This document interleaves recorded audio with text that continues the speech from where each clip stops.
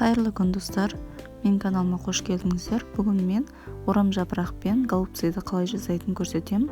Видеоның соңына дейін қараңыздар. Ең алдымен салмамызды дайындап аламыз. Ең бірінші күрішімізді тазалап жуып аламыз да қайнап тұрған суымызға тұз салып бұқтырып қоятын боламыз 10-15 минутқа.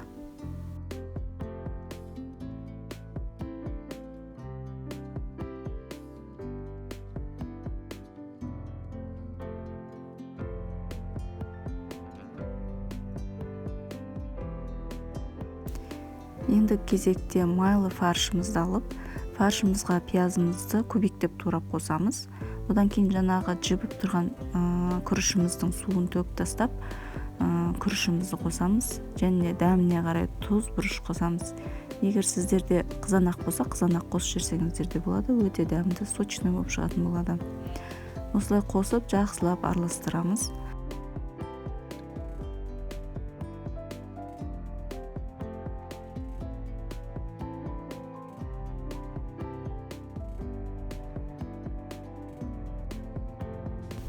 Ендігі кезекте орам жапырағымызға кірісетін боламыз.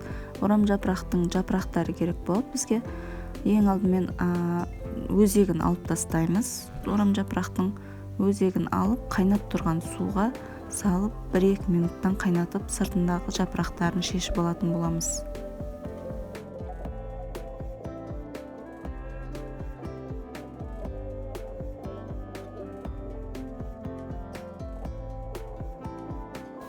Мінекей қайнап тұрған суымызға орам жапырағымызды қайнатып жатырмыз.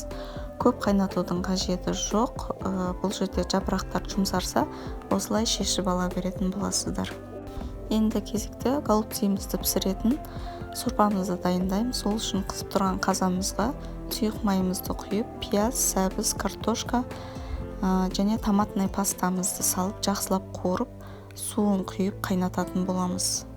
Және де сорпасына ет, сүйектер қоссаңыздар, одан да дәмді болып шығатын болады.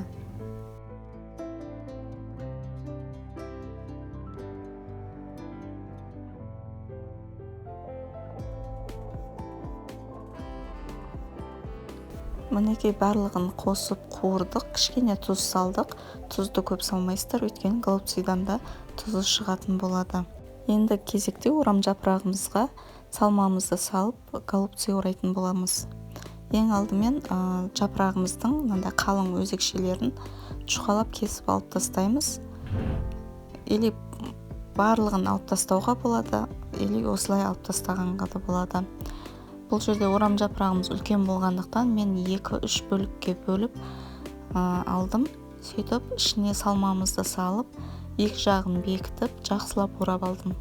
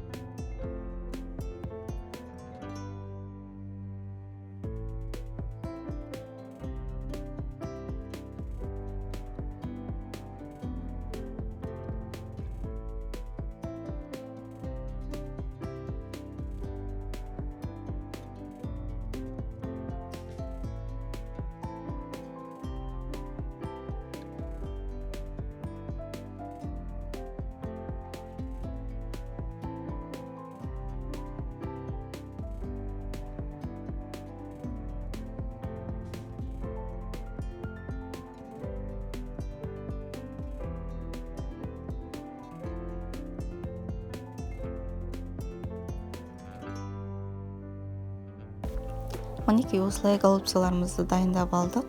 Жаңа қайнап тұрған қазанымызға дайындалған голубцайларымыздың барлығын орналастырып шығамыз.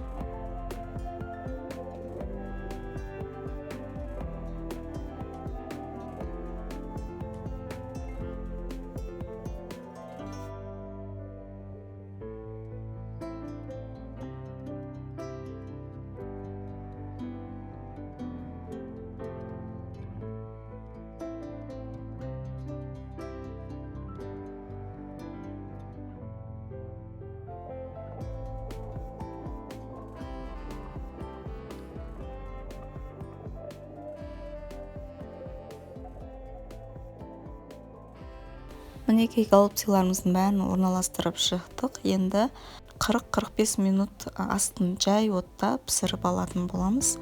Тұзын қайнап жатқан кезде көретін боласыздар. Егер кем болып жатса тұз қосып тағы қайнататын боласыздар.